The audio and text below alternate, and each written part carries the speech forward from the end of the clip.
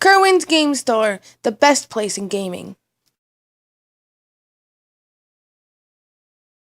Matchup we have for you today is Brandon May and his Gear deck is going to take on Scott Gear and his Crystal Beast deck.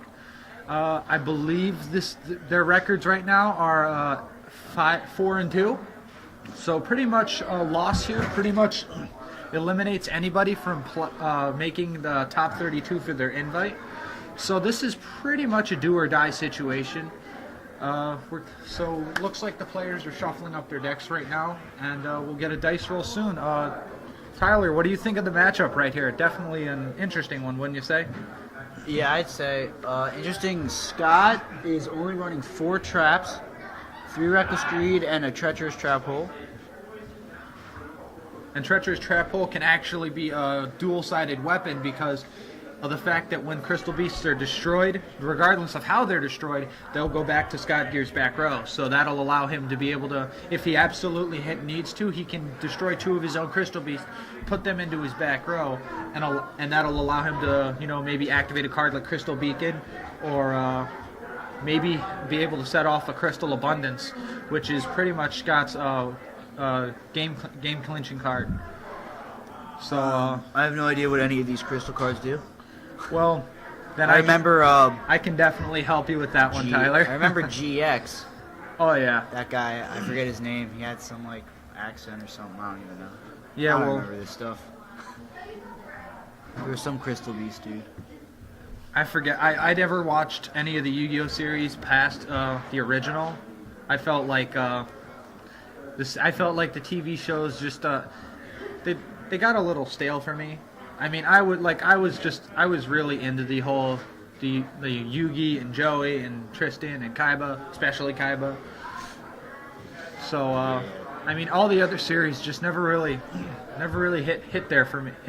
So but right the round now started? The round is getting ready to start. Okay. I assume the players are still waiting because they're just shuffling right now. We don't see anybody attempting to roll. All right. And there it was. If you didn't hear that, we just got the call from the judge. Round 6 is set to begin, and both players are going to roll dice to determine who goes first, unless they've already done it and we just never caught it. I wonder if Brandon knows that he's about to play Crystal Beasts. Because Yeah, I mean, that's a matchup nobody expects to see, especially this late in the tournament in the X2 bracket. Right now, Scott Gear is going to, with the red jacket on the right side there, and Brandon May is on our left. And there are the dice, so we're going to get the roll for first. Strong opening with a 9, and Scott Geared only rolls a 6, so we're going to see probably Brandon start us off. Excuse me. Also, if Brandon opens Armor Gear, that's probably game because There's no defense in Scott's deck whatsoever. he does run Tragodia and Swift Scarecrow, but will that be enough? He has 3 Max C's in the main deck. I did see an MK2 and a Geargiano in Brandon May's opening hand there, so Does not look like he opened well. no. You don't want to see those cards in your hand unless you're adding them. I don't know if you kind of caught that a little bit, but I saw a smirk come out of Brandon right there once he saw the Pegasus hit the table there, because I mean, it's Crystal Beasts. This is a deck that hasn't really received support since I want to say like 2007 or 2008, maybe a little sooner than that, but it's been quite a few years since the decks actually received support, and it's always been what I would call a cult favorite or fan favorite, regardless of how competitive it may be in regional or higher level events. People will always want to play Crystal Beasts because it's always fun. And as somebody who personally knows Scott Gear, this is his favorite deck, so it's nice to see him doing well. And I look forward to hopefully getting a good match out of this here. So we see the Pegasus come down, which is the Stratos for the deck, but instead of adding to the hand, Crystal Pegasus is going to put the Crystal Beast he searches in his back row. What does that do? When the Crystal Beasts are in the back row, they don't have effects. They only act as continuous spell cards. And there are cards in the deck that gain effects based on how many Crystal Beasts you have in your back row. Crystal Promise, the card that Scott you just played, if you have one Crystal Beast in your back row, you can target a Crystal Beast in your back row and special summon it. So he used Promise. Shidori. Yep. Oh, wow. That's... And that got warninged right there, so we're going to see Brandon may lose 2,000, but Shidori is the power card of the Crystal Beast deck because of the fact that there's at least, I want to say, 5 or 6. There are 5 different level 4 wind monsters that this deck can play that are winged beasts. So, and we see Scott get 2,000 life points from double upstart. Oh, third one. Oh, there we go. We got a third one. So, good thing you did that before I corrected the life. Otherwise, I'd have to go back in and do it all over again. And we see a set monster still there. I have to assume that's probably it is the Gear armor, like I thought it was. So.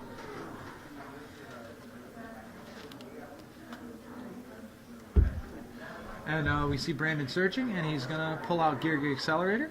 So I assume he's going to probably try to go for a nice Gigan X play. I could see the play I've seen a lot today is people will flip armor, special accelerator, make X, use X's effect to search for like an accelerator, and then they'll use MK2 to bring back the armor, set the armor, and pass with set armor, MK2, and Gigan X with an accelerator in hand. That has been the popular play today. I've seen it quite often, and we do see the Gigan X drop.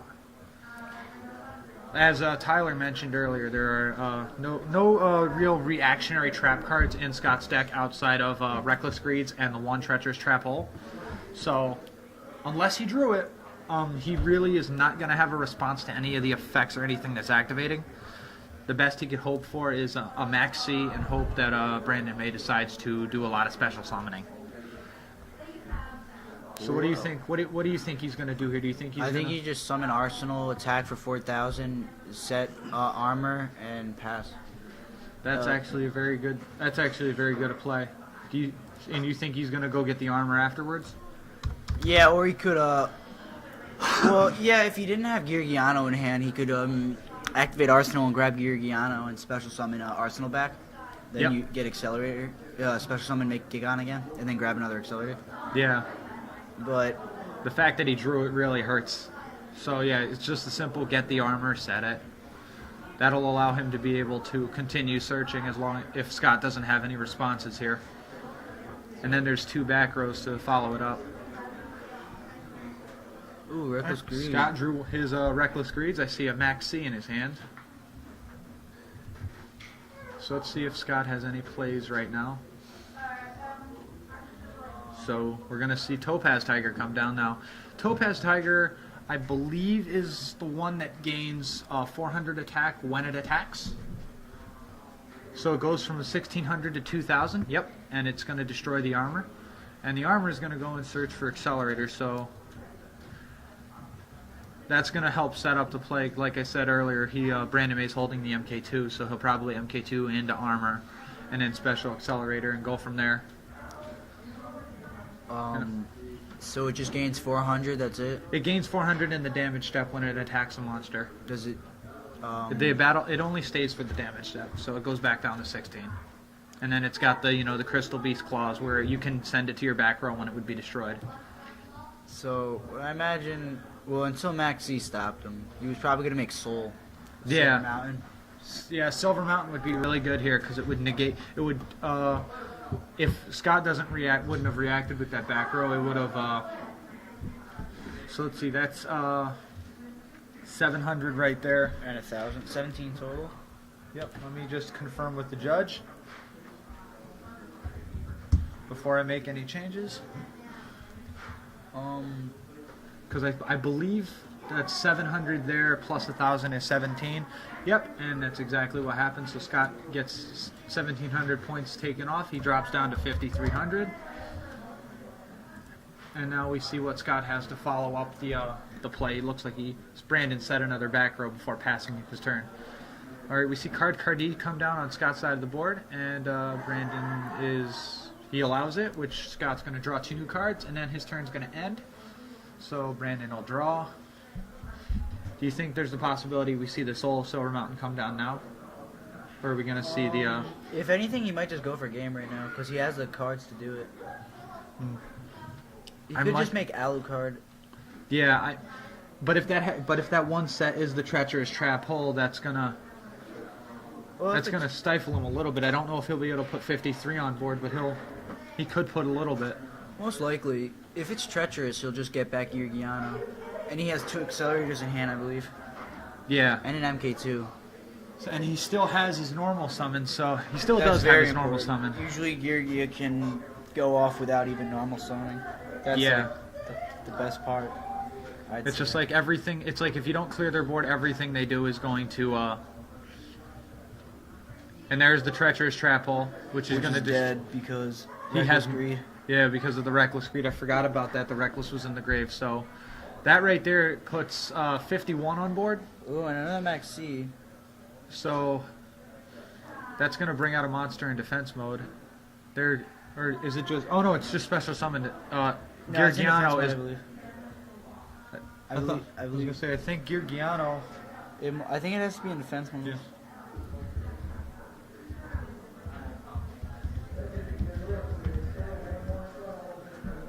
Well, he is Dragodia.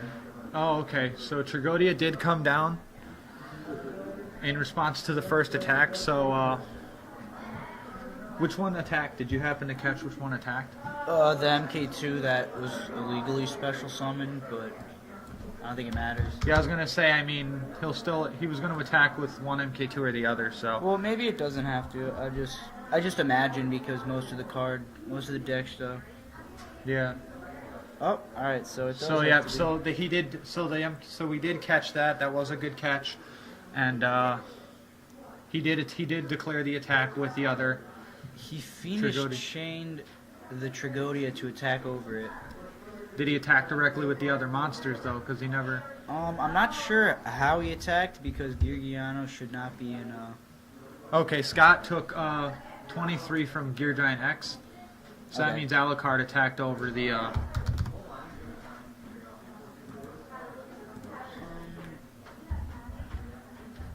Is he scooping? Yeah, he's scooping. Okay, so Scott Gear has officially picked up his cards for Game 1. While they move to side decking, we are going to take a short break and we will move to Game 2 as soon as it gets started. Welcome back, everybody. I'm Alex, and this is Tyler, and we are getting ready to start Game 2 of the Round 6 feature match at the Legacy of the Valiant Regional here at Kirwan's Game Store in Catskill, New York. And right now, Brandon May and his Gear Gear deck has a 1-0 advantage over Scott Gear and his Crystal Beasts. These two are both currently in the X and 2 bracket, which is, for those of you who don't know what I mean when I say X and 2, I mean that means both of these players have X number of wins and 2 losses. So the third loss for one of these 2 players will result in them being knocked out of the ability to get an invite today, because invites fall to the top 32. So while these players shuffle up and deal, Tyler, why don't you tell me, what you think of, Crystal Beasts versus Geargia as it pertains to a matchup? Nothing. I guess there's not much that Georgia has an advantage over. There's nothing special, like per se Ophion versus Dragons. Yeah. But what Scott did was he mained all these hand traps, basically what he does is get to his combo pieces as soon as possible. He has 3 Reckless Greeds, 2 Carcards, 3 Maxis, 2 Upstarts. So he likes to draw. He Trying likes to thin that deck out to get to his combo pieces, because that Crystal Beast is one of those decks that you need to see all your combo pieces in order to get rolling. I think the main thing that Scott's playing all that draw and search for is the Ancient City Rainbow Ruins, which is his field spell, which gains effects based on the number of Crystal Beasts that are in your back row. If you have 1 Crystal Beast, the field spell cannot be destroyed. If you have 2, you can have the battle damage. If you have 3, you can negate a spell trap by sending a Crystal Beast from your back row. If you have 4, it allows you an extra draw. And then if you have 5, you can special summon a Crystal Beast from your back row to your side of the field. So as you gain Crystal Beasts in your back row, it definitely gets a lot stronger, and it makes the deck harder and harder to deal with. It's just the hard part is the deck is it really only got support in 2 sets, and the support it got wasn't enough to get there. So Whoa. here comes game 2, and Scott opened 2 noblemen. He sides 2 noblemen across out, and he drew 2 noblemen across out. so Scott is ready and Raring ready to go for any turn one Gear mind armor control. that activate to try to get their effect. So let's see what. Main decking mind control is good because the deck runs level 3s and level 4s. And there is the kitty of the deck, Ruby Carbuncle, which is very small. I think it's a 300/300, but its effect is very Oh, wow. powerful. He and is that's going in right now. No mercy. oh no, absolutely no mercy. Exceeding with the Carbuncle is probably a really good play because you want to get that in the graveyard and not in the back row, because Carbuncle, when it's special summoned, will special summon every Crystal Beast in your back row to your side of the field, and that can be a blowout card for Scott if he sees something like Promise or Beacon at the right time. So we see an Alucard play come down that's going to inflict 1,800 points of damage to Scott Gear. So he's going to drop down to 6,200. I guess he was afraid of Tragodia or something because he just stopped. He could have made Gigon and then attacked, but he Yeah. just chose to attack with Alucard.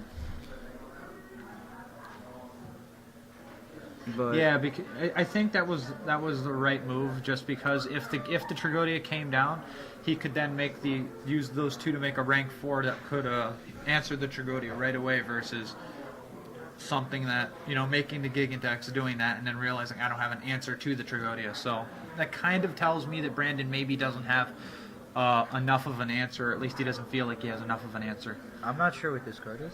That's Wiseman's Chalice. Now that says when you don't have a monster, you can take a level 4 monster out of your opponent's grave and put it on your side of the field.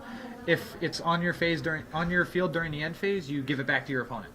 So it's pretty much a card that decks, especially Gear use in the side deck. I know I side a couple of copies myself because it allows you to use them to help you stack into rank 4 easier. You're gonna make 101. I believe he does play a 101. Yeah, so what he can do is 101. and he has 2 101s, so he's taking the Gigant X with the 101, and then I think we're going to see Alucard attack over the attack 101 over attack the Alucard. Alucard. And this is gonna put him in a good position because, to get around it, he's going to have to set armor, and Scott has 2 noblemans for that. Yep. So I mean, Brandon's in a really good spot. The only thing I can think of that would help him is if he's able to get a. He didn't draw an accelerator, and I think that might have been the only play he would have had, because then he could have MK2'd, bring out something, accelerate, makes a 101 of his own, and take the honor arc himself. He does have Call of the Haunted though. Oh, he does have Call the Haunted. Okay, well that does give him an out then. I did not realize that Call was down. Oh, he's attacking. No, he's Oh, okay. he was just Okay. pushing the card. Okay. So he's probably gonna take his 101, or Yep. yeah, It's the 101 for 101. and then do a little dance. So he's gonna attack for 31. And that'll be a 3,100 attack. So that's going to cut Scott's life in half down to 3,100. Unfortunate for Scott because he opened pretty well. He opened 2 noblemans. However, Brandon hasn't set an armor this turn or this game. So the noblemans, which appeared to be really big assets so far, don't seem to be helping much at all. And then here comes the MK2, which is going to get in there and poke for 1,000. So we're going to drop Scott down to 2,100. And here comes Topaz Tiger, which can only get up to 2,000. So that's going to be 1,000 over. But there's the Mirror Force. Now this could be a really big play depending on if Scott has the Beacon in hand, because Beacon can trigger when you have... Ooh, Swiss Scarecrow. Okay, so he passed play, and then Brandon decided to attack and ran into the Swift Scarecrow. And Scott mains 2 of them, so it's not outside the realm of possibility that he has that.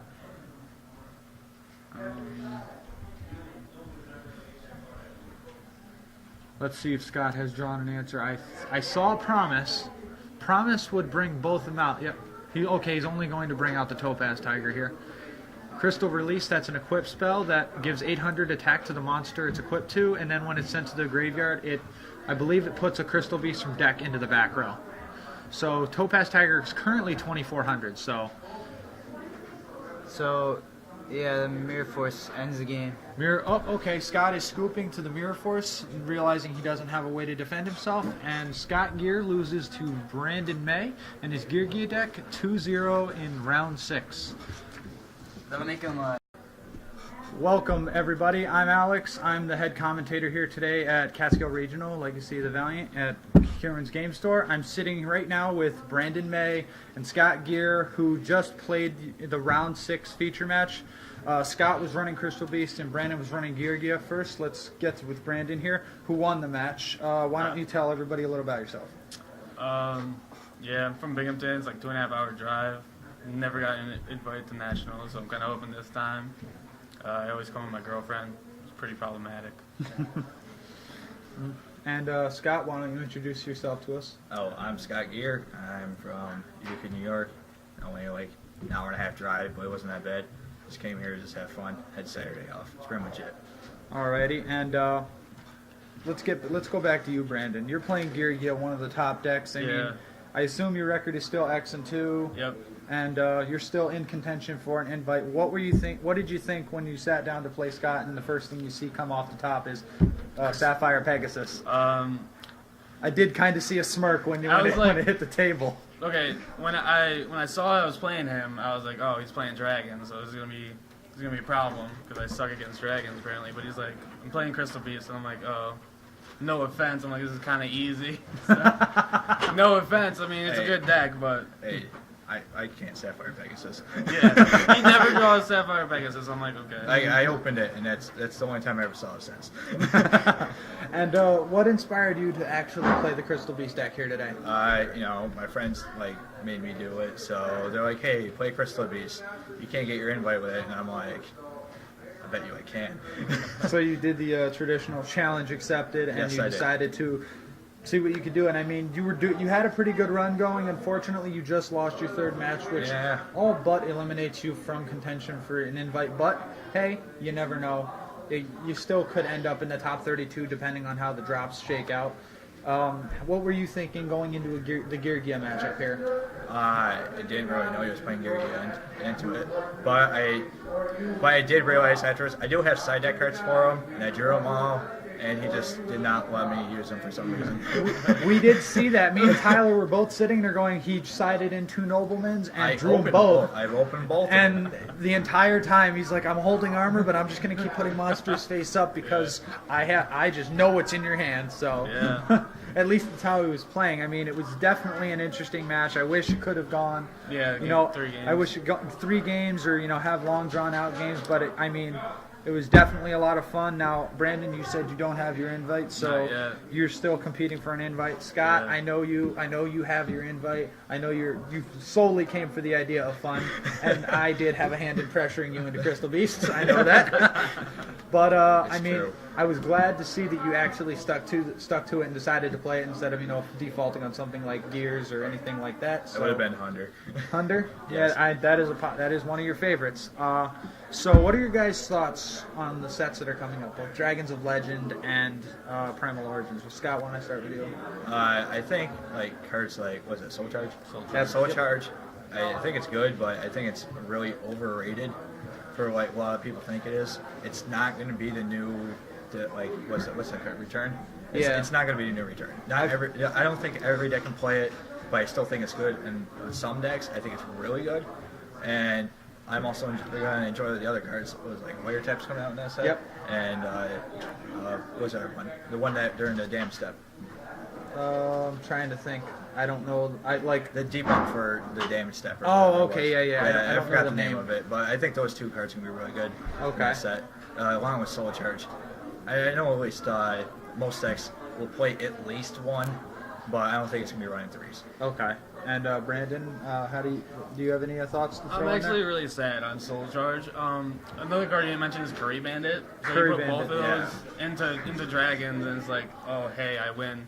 Yeah, but I had a few people like you mention. said, bandit and plant dragons. The only problem with soul charge is you don't pay unless you successfully summon, so you warning that you just out 2,000 if they have another one, whatever, but Wiretap. Yeah. I'm really excited for Wiretap. Yeah, Wiretap to me coming out is kind of, and I think you guys might understand depending on how long you've been playing, but it coming out is similar to how when Dimension Prison came out, and Sakuretsu Armor was looked at and it just became obsolete because why destroy what I can remove? Now you're looking at 7 tools and going, why am I going to pay 1,000 when I can do it for free? Yeah. So, do you guys have any, thoughts about Primal Origins and how you think that's going to affect things? Artifacts, I haven't really looked into it. I heard it's really good. Artifacts and boojins everywhere. Trying to get rid of my boojin deck, so if you guys want it. Everywhere. They need to bring Macrocosmos back.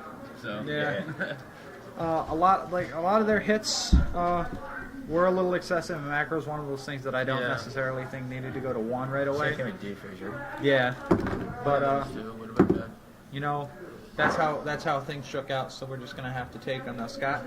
I expect to see you in Detroit in July. Oh yeah, hopefully. I'll be there. Okay, and Brandon, I hope you get your invite today. Yeah. And if not, I hope you get it before Detroit so we can see you there, all right? Yeah, hopefully.